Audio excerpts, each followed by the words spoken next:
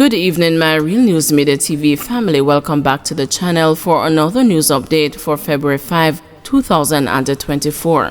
Please remember to leave a comment, like, and share. And in the news this evening, Beachy Stout and the co-accused freed of conspiracy to murder charge. Everton, Beachy Stout, McDonald, and the co-accused Oscar Barnes were freed of their conspiracy to commit a murder charge after a no-case submission in the Home Circuit Court on Monday. The ruling was handed down by trial judge Chester Stamp.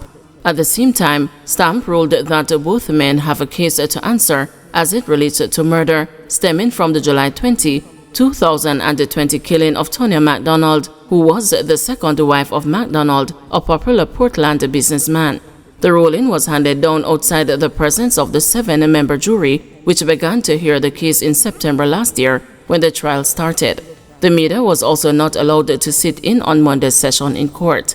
Both McDonald and Barnes were charged in 2020 with murder and a conspiracy to murder.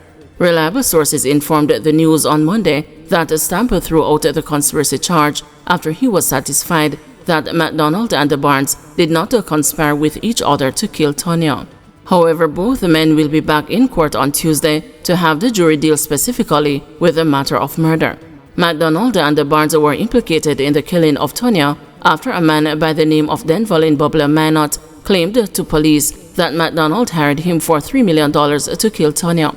He further claimed that he did not kill Tonya himself, but instead subcontracted the murder to Barnes, who has maintained that he is not guilty of the crime. McDonald has also maintained his innocence. Minot pleaded guilty to murder and was sentenced to 19 years and 10 months in prison after confessing to being the contractor in the killing. In the case of Barnes, a detective sergeant who was the lead investigator in the matter admitted in his testimony that Barnes was only arrested based on the fact that Minot pointed him out during a drive-through session with the police, claiming that he was the one responsible for killing Tonya.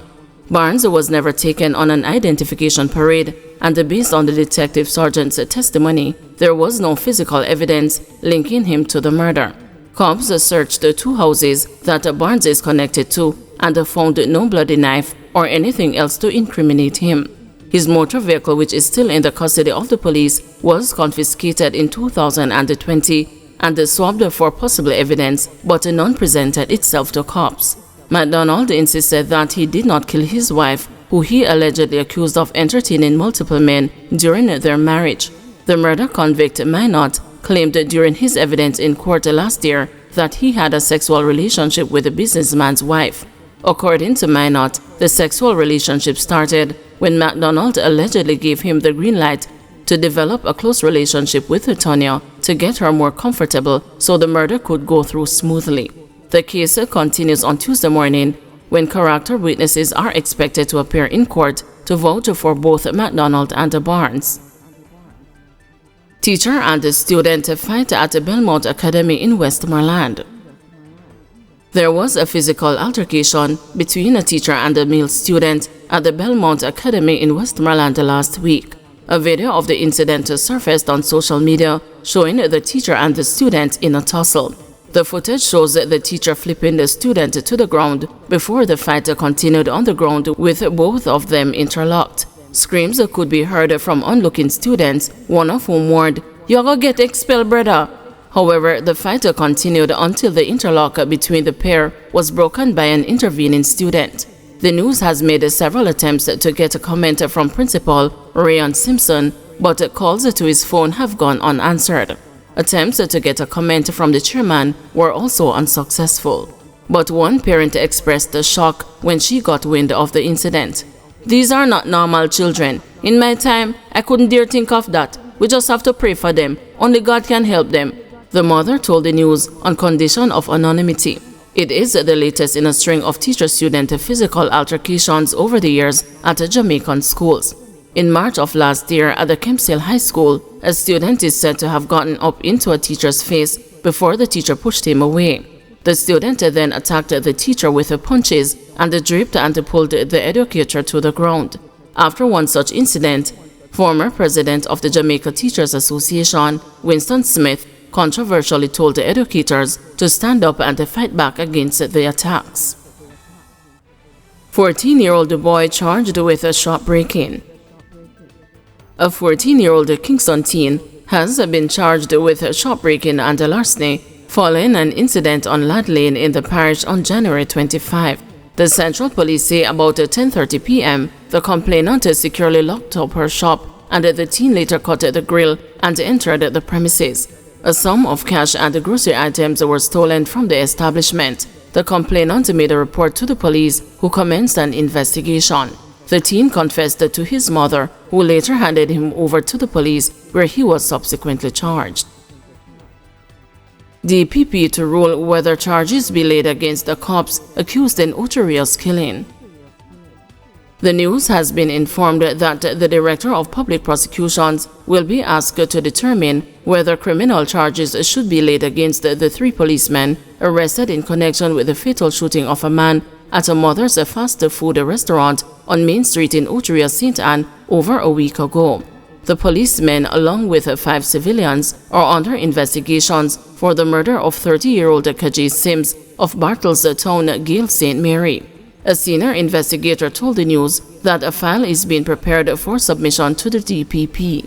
Mr. Sims was gunned down inside the popular fast food restaurant during a brawl with a group of men on January 27. It was reported that Mr. Sims and his friend got into a dispute with a group of men, which became physical.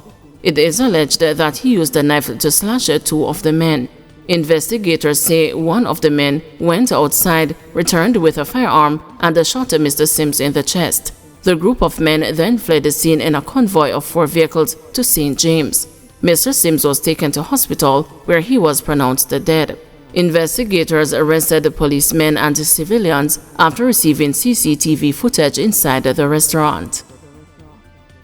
Trelawney knife man on double murder rap after separate killings. 24-year-old Solomon Minto is facing 2 counts of murder after 2 men were killed hours apart in Trelawney last week Wednesday. The accused, a laborer of Wakefield Drive, Falmouth in the parish, is now waiting for his court date to be finalized. Reports from the police are that about 9 p.m. on January 31, lawmen were alerted to the community of Water Lane. Upon their arrival, 44-year-old Noel Nelson of Water Lane was seen lying in a pool of blood with stab wounds. He was transported to the hospital, where he was pronounced dead. Then, 2 hours later, at 11:17 p.m., the police were alerted to the community of Water Square, where 2 men were said to be in an altercation. One of the men, who the police identified as Minto, used a knife to inflict several wounds to 50-year-old Gerald Corey, a landscaper of Martha Bray in Falmouth. Corey was rushed to the hospital, where he was admitted and died a day later. Minto was taken into custody by lawmen and charged.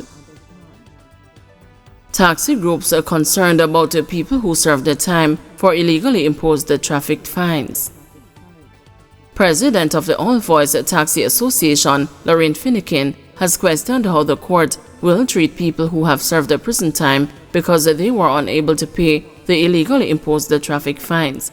In a landmark judgment last month, the Constitutional Court ruled that motorists who paid the traffic fines that were illegally imposed and well above the rates stipulated in the original Road Traffic Act over a 15-year period ending 2021 are entitled to a refund. The ruling follows a lawsuit filed by software engineer Maurice Housen after cops gave him a $5,000 ticket for a speeding violation in July 2021.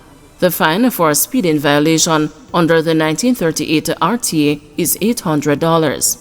Speaking with the news, Mr. Finnegan said the association is of the view that if its members had been charged at the legal rates, then they would have been able to afford it rather than serving prison time. He said the association has met twice with a team of lawyers as it seeks guidance on the matter.